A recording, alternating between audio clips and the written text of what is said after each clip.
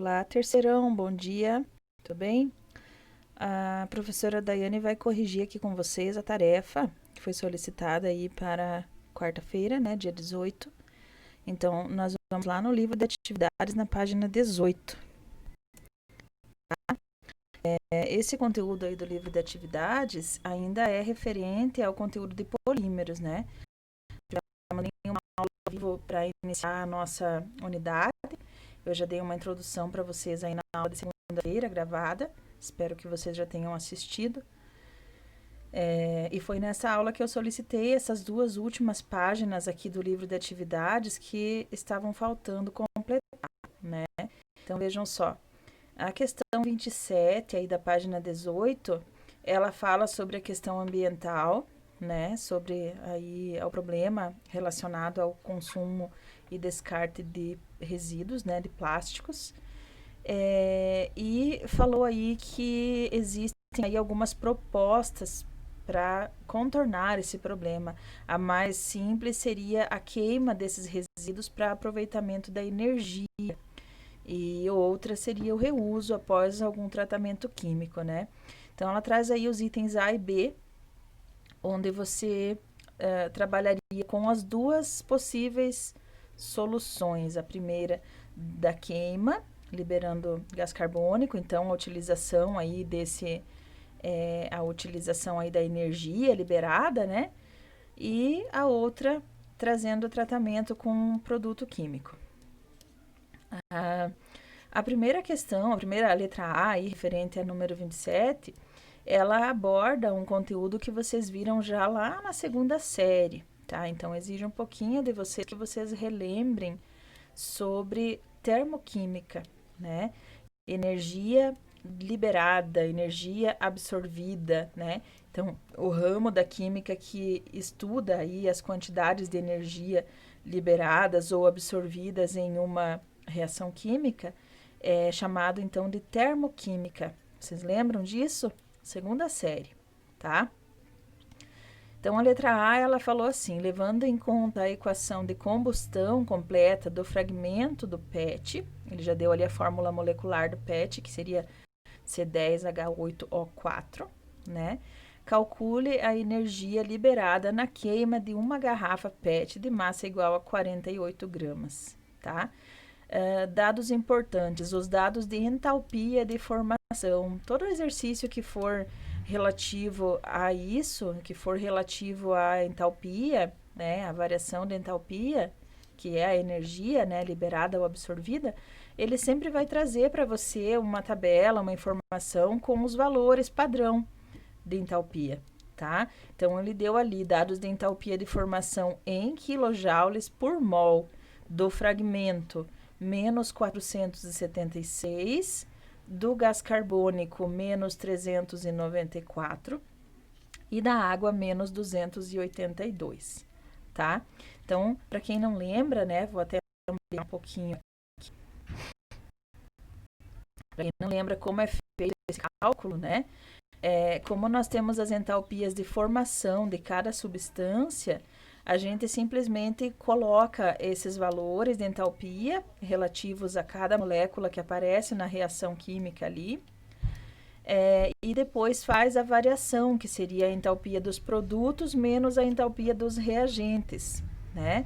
Então, vejam que aqui, ó, primeiramente, ele tem a entalpia do fragmento de PET, menos 476, do oxigênio, por que aparece aqui zero?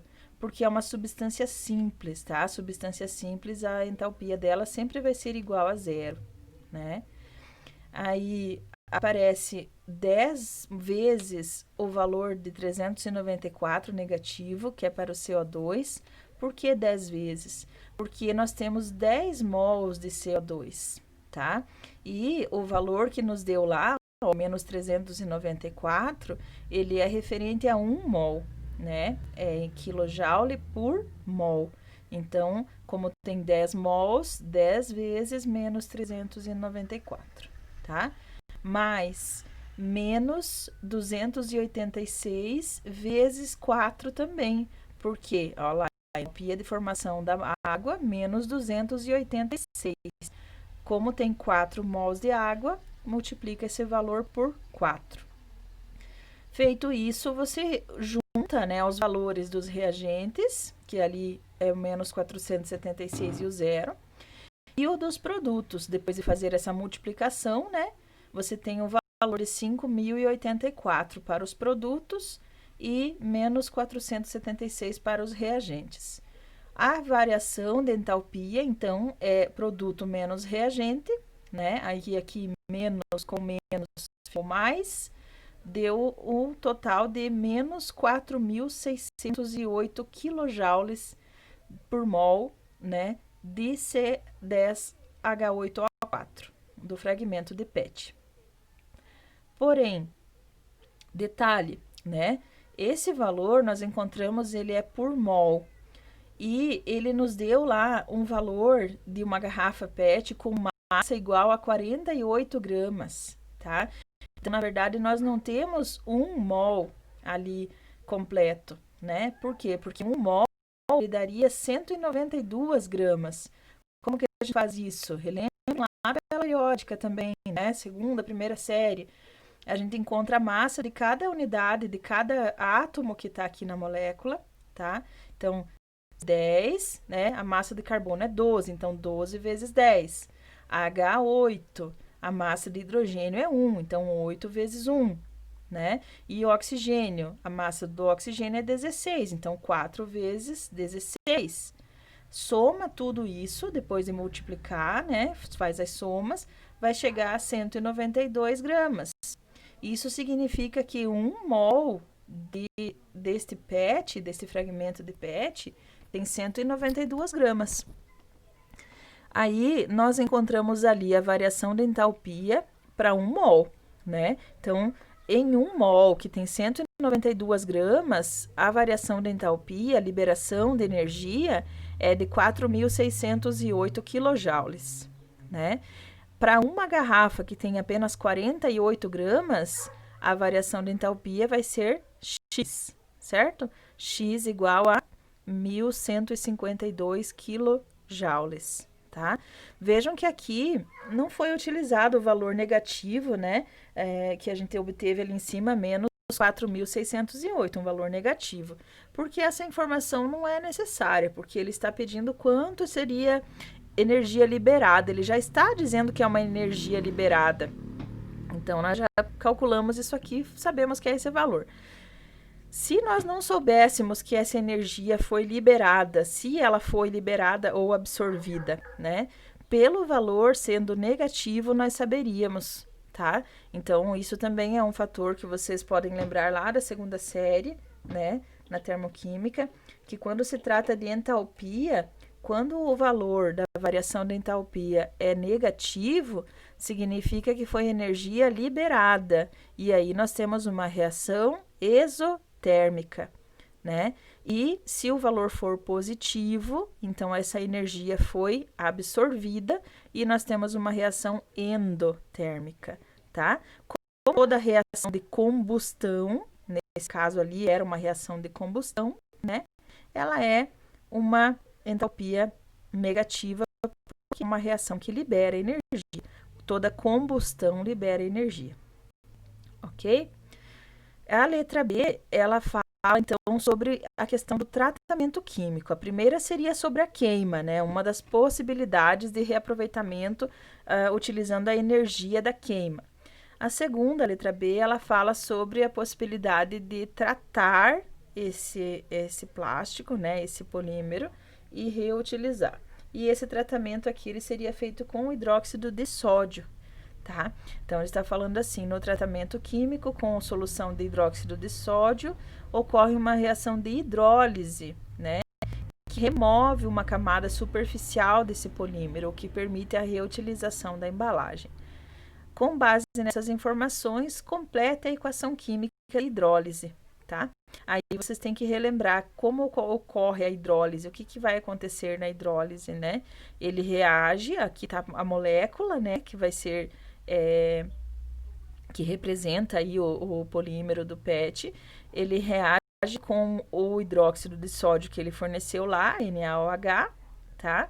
E aí, este NaOH, ele vai aparecer aqui, ó, o sódio aqui e aqui, né? E as hidroxilas lá do NaOH, né, a hidroxila aqui, ó, duas hidroxilas, elas vão aparecer na formação de etanol aqui, né, de um diálcool, duas moléculas formadas, então, a primeira aqui, um éster com o sódio, com íons de sódio, e aqui a segunda molécula, uma molécula de diálcool, né? Etanodiol, duas hidroxilas que apareceram ali no etano, tá? A questão número 28, ela pede para você assinalar o que for verdadeiro, né? Uma questão parecida com uma questão de somatória, né? Então, nós temos ali a questão número 2, as proteínas e os ácidos nucleicos são também exemplo de polímeros. E a questão 16, a ebonite é obtida através da vulcanização do látex vegetal da seringueira e contém 30% de compostos de enxofre. Então, questão 2 e 16 corretas, tá? As demais aí todas têm um errinho, né?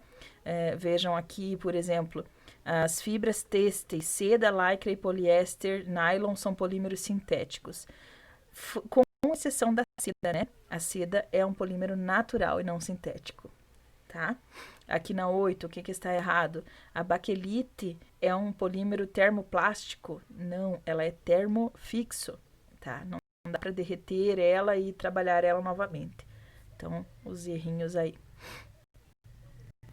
Na página seguinte, 9, né? Está aí para nós apresentando um gráfico falando aí sobre um acordo que foi feito lá em 2012 ainda, no estado de São Paulo, que foi optado, então, na verdade foi posto, né, foi feita uma imposição aí em relação às sacolinhas de mercado, e os supermercados do estado de São Paulo deixaram de oferecer essas sacolinhas.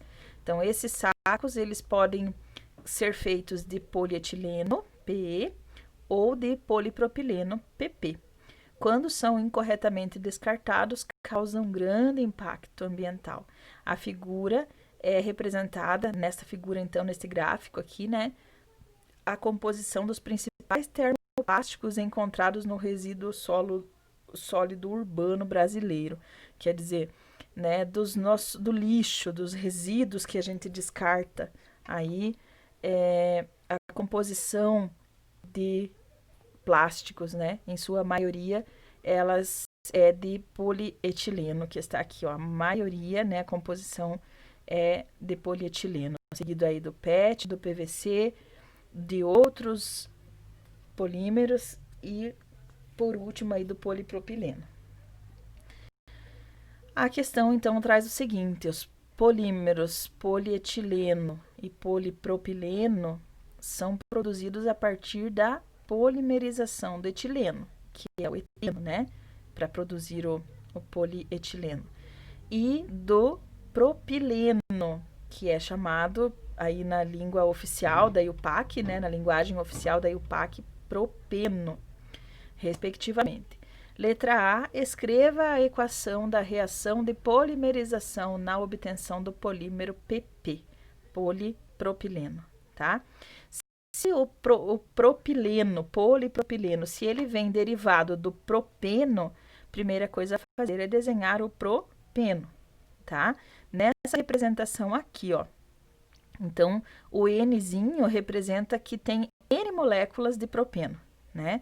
3 átomos de carbono, ligação dupla. Esse é o propeno, tá? Após a reação química de adição, né? Uma reação de polimerização, a ligação dupla vai desaparecer, né? E esses tracinhos aqui na lateral, ó, eles indicam que vai ser uma cadeia dessa ligada a outra, e a outra, e a outra, e a outra, e assim infinitamente, né? Porque é um polímero, então ele tem uma repetição aí cerca de milhões de unidades desse monômero, né? E o Nzinho aqui para representar, então, que tem N quantidade. Na letra B, o termoplástico mais encontrado no resíduo sólido brasileiro é considerado um composto hidrofóbico ou hidrofílico. Justifique. Então, como nós podemos responder isso? Veja, hidrofóbico é aquele que tem aversão à água, não tem afinidade com a água. Hidrofílico é aquele que tem afinidade com a água, né? Como o polipropileno e o polietileno, eles são derivados do petróleo, né? Eles não se misturam com a água, eles não têm afinidade com a água, tá? Então, se pode observar que ali, de acordo com o gráfico, né, qual é o termoplástico mais encontrado? O polietileno.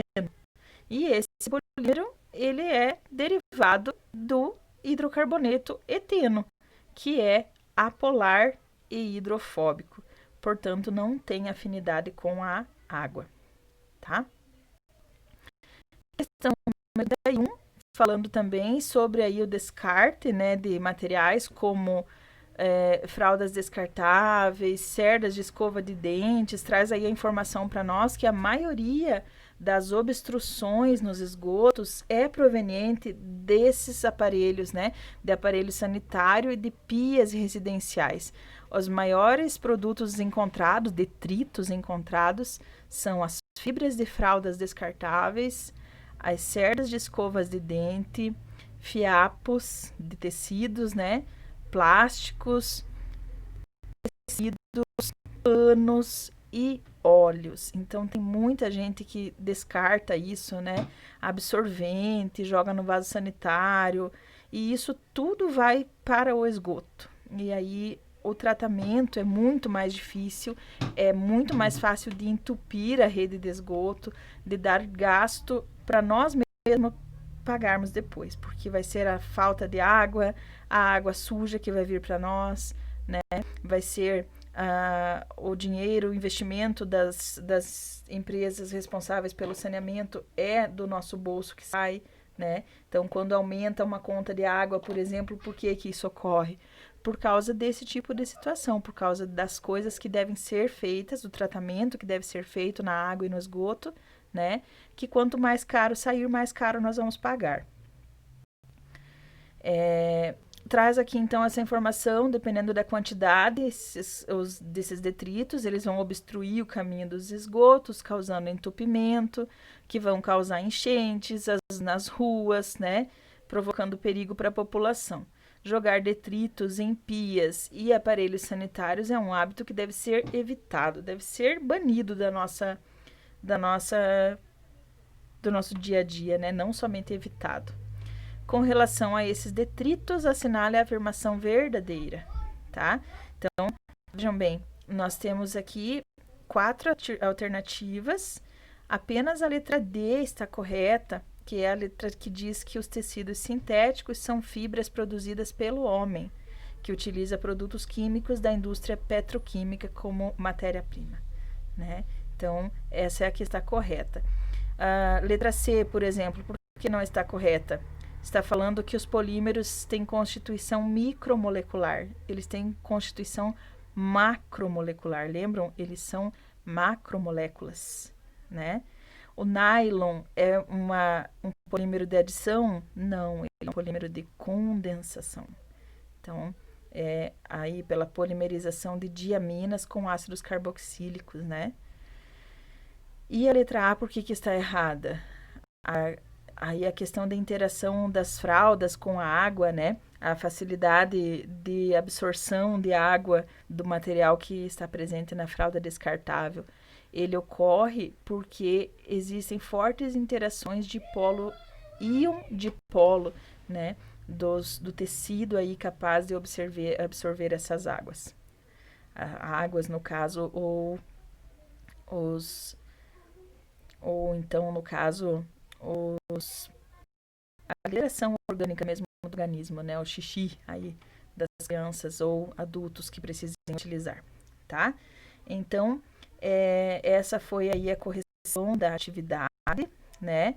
Vejam que tem uma nota livre já liberada para vocês enviarem até a semana que vem, né?